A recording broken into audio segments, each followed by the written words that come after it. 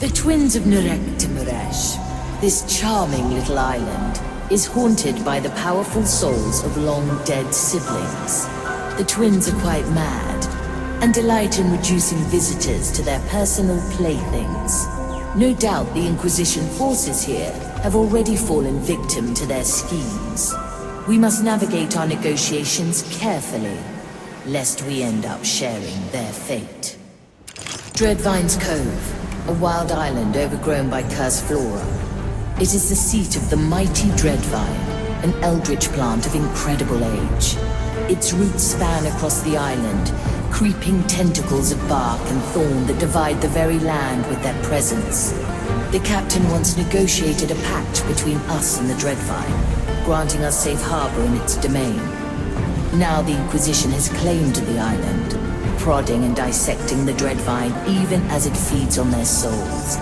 White marble now juts from the jungle like giant bones as the Inquisition do their work, even in the shadow of the Dreadvine's terrible wrath.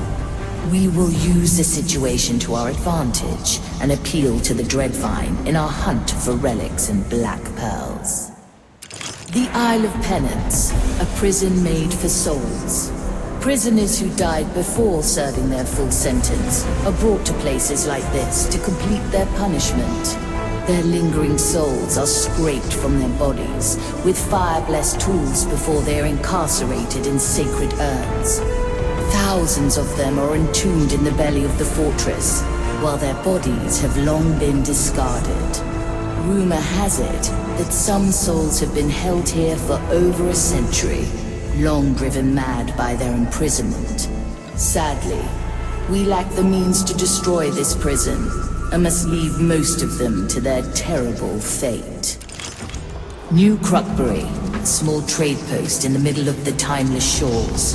What was once a haven for ships and traders of all flags has been reshaped by the Inquisition.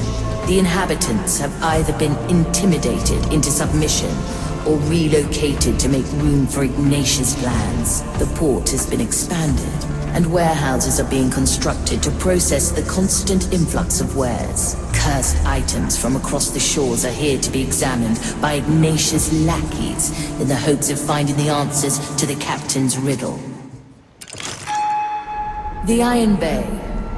Once a charming and haunted atoll, this island was transformed into a blazing furnace by the Inquisition's divine alchemists.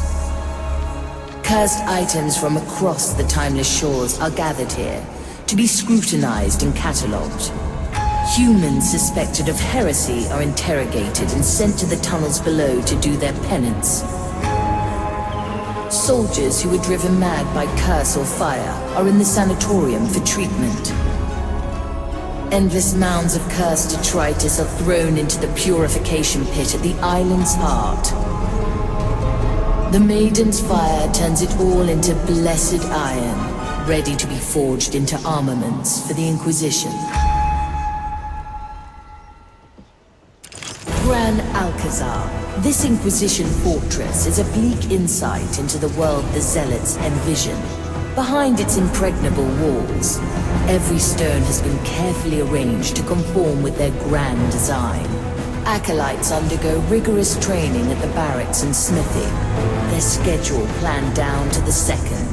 At the Divinatorium, the Zealots peer into the Maiden's fire to gain their crazed visions, before resting their mind at the gardens.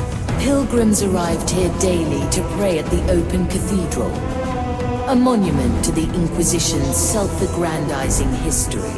Since Ignatia has taken residence here, Gran Alcazar has been closed to pilgrims, no doubt in preparation for some vile rite of hers. Calamity Reef. This graveyard of haunted wrecks was once the site of a sea battle between Blackbeard and the Third Iron Fleet. Energies unleashed by Blackbeard during the clash have twisted this place beyond reason. Shipwrecks lie smashed and grounded by rampant physics, while ocean flora grows in abundance in the open air. Lost souls mingle here with the mindless echoes of the dead, who prowl the sands in endless mockery of their final moments. The lighthouse stands at the epicenter of the catastrophe, perpetually frozen in its shattering, its glow driving away the very tides themselves. The Inquisition has established a shaky foothold here, though cleansing this place would take them years, if doing so were even possible. Angela's grave.